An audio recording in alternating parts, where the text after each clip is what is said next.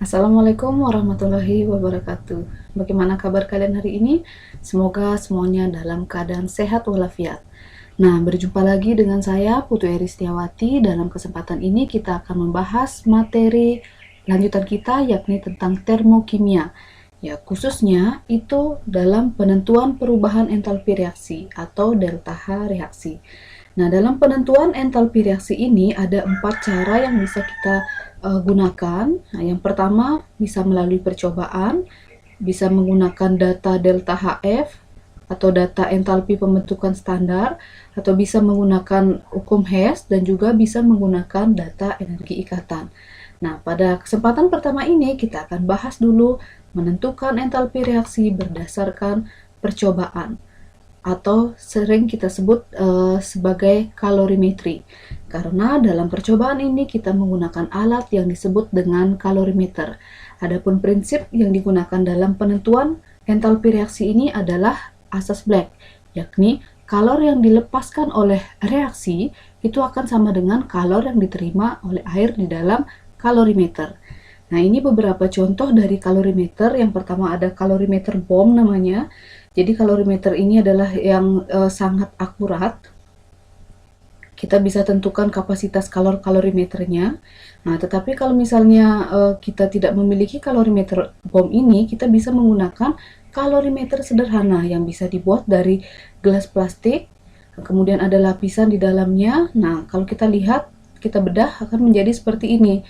Jadi ada gelas plastik, di sini tempat untuk mereaksikan campuran, kemudian yang lingkaran ini adalah pengaduknya, kemudian ada termometer yang dimasukkan untuk mengukur suhunya. Nah, bagaimana cara untuk menentukan kalor reaksi dengan cara kalorimeter ini? Langsung saja ya, kita ke penentuan atau cara menghitung kalornya menggunakan rumus bahwa kalor itu sama dengan, kita simbolkan dengan Ki ya. Nah, Ki di sini ada 2. Yang pertama adalah Ki larutan menggunakan rumus massa kali C kali delta T. Nah, C ini adalah kalor jenis, biasanya sudah ditentukan dari soalnya langsung. Kemudian dari kalorimeter itu menggunakan rumus C besar kali delta T. C besar itu kapasitas kalor. Jadi bedakan antara C kecil dan C besar di sini. Kemudian untuk menghitung Ki reaksi itu adalah total antara larutan dan kalor dari kalorimeter, tapi nilai negatifnya. Kemudian baru terakhir kita bisa tentukan delta H reaksinya dengan cara membagi kalor reaksi dengan mol. Nah, langsung saja ya ke contoh soal. Nah, kalau kalian menghadapi soal seperti ini, jadi tidak usah ditulis soalnya atau disalin, langsung saja kita identifikasi apa yang diketahui dalam soal. Oke, yang pertama, terdapat 300 ml larutan NaOH 0,2 molar. Kemudian 200 ml larutan HCl 0,3 molar. Ini berupa larutan yang akan dicampurkan ke dalam kalorimeter tadi, ke dalam gelas. Nah, dari informasi ini kita bisa cari masanya. Bagaimana caranya mencari massa? Pernahkah kalian mendapatkan rumus massa jenis di mana rho atau massa jenis sama dengan massa dibagi dengan volume. Nah, berarti massa itu sama dengan volume dikali dengan rho. Ya udah, kita akan cari massa total dari larutan yang digunakan. Massa totalnya adalah volume kali rho, di mana volume total itu kita jumlahkan 300 sama 200 ini jadi 500 ml dikali dengan rho. Rho atau massa jenis diketahui dalam soal yang ini ya, sebesar 1 gram per mililiter. Oke, hasilnya adalah mililiternya habis, 500 kali 1 tetap 500. Satuannya adalah gram. Oke, kita dapat massa total adalah 500 gram. Kemudian kalor jenis sudah diketahui, kapasitas kalor juga sudah diketahui. Nah, ada suhu awal 22 masing-masing larutan tersebut. Tetapi ketika dicampurkan, suhunya akan meningkat menjadi 65. Kita bisa lihat, kita bisa hitung perubahan suhunya, yaitu suhu akhir dikurangi suhu awal. Oke, suhu airnya 65 dikurangi 22, itu hasilnya sebesar 43 derajat Celcius.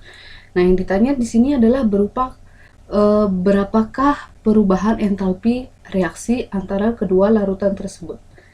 Oke, langsung saja step pertama kita mencari kalor di dalam larutannya, yaitu dengan rumus M kali C kali delta T. M ini menyatakan massa yang sudah kita hitung tadi, yaitu sebesar 500.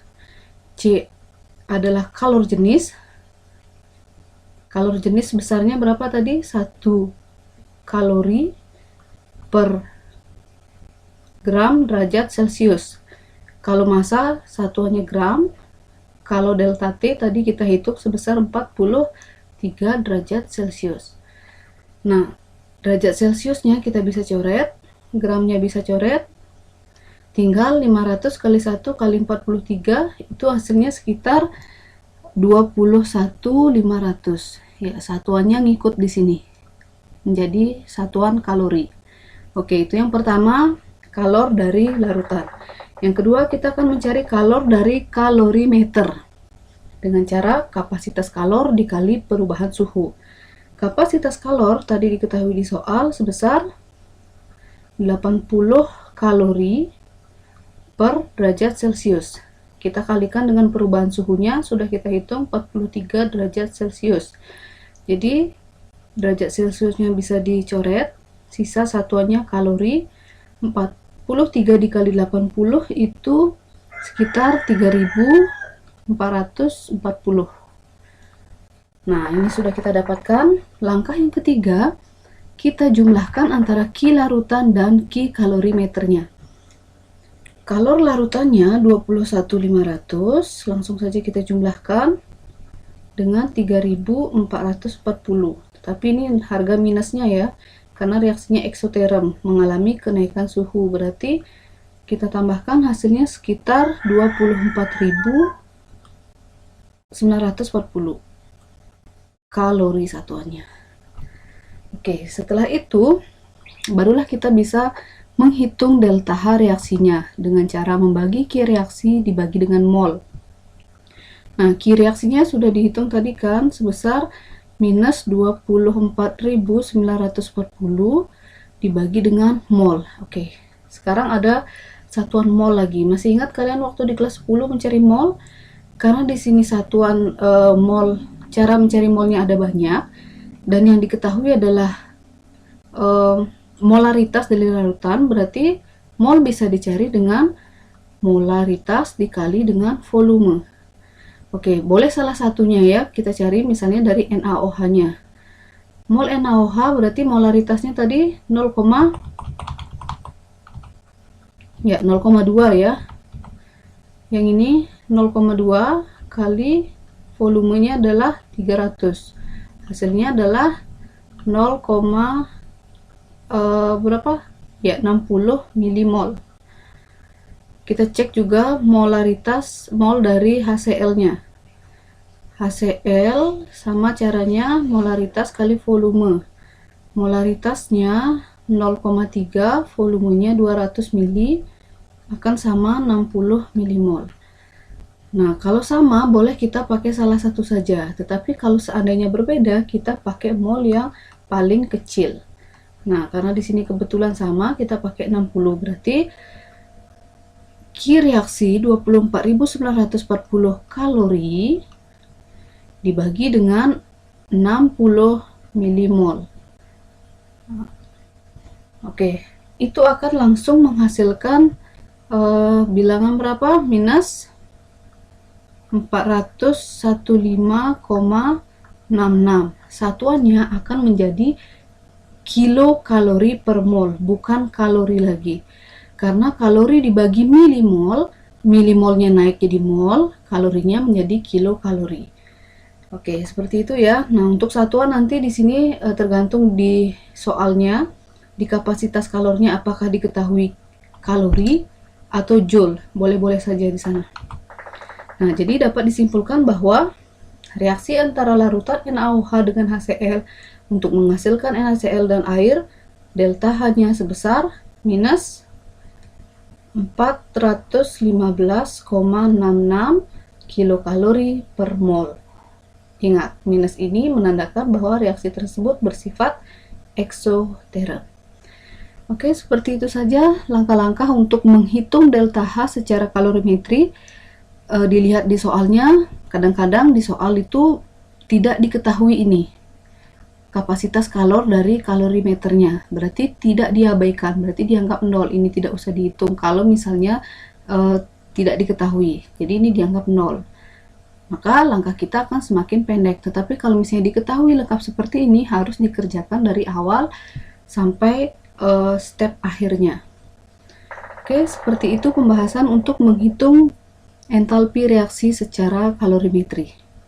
Nah, selanjutnya kita akan bahas tentang penentuan entalpi reaksi berdasarkan data pembentukan standar. Sampai jumpa di video selanjutnya. Assalamualaikum warahmatullahi wabarakatuh.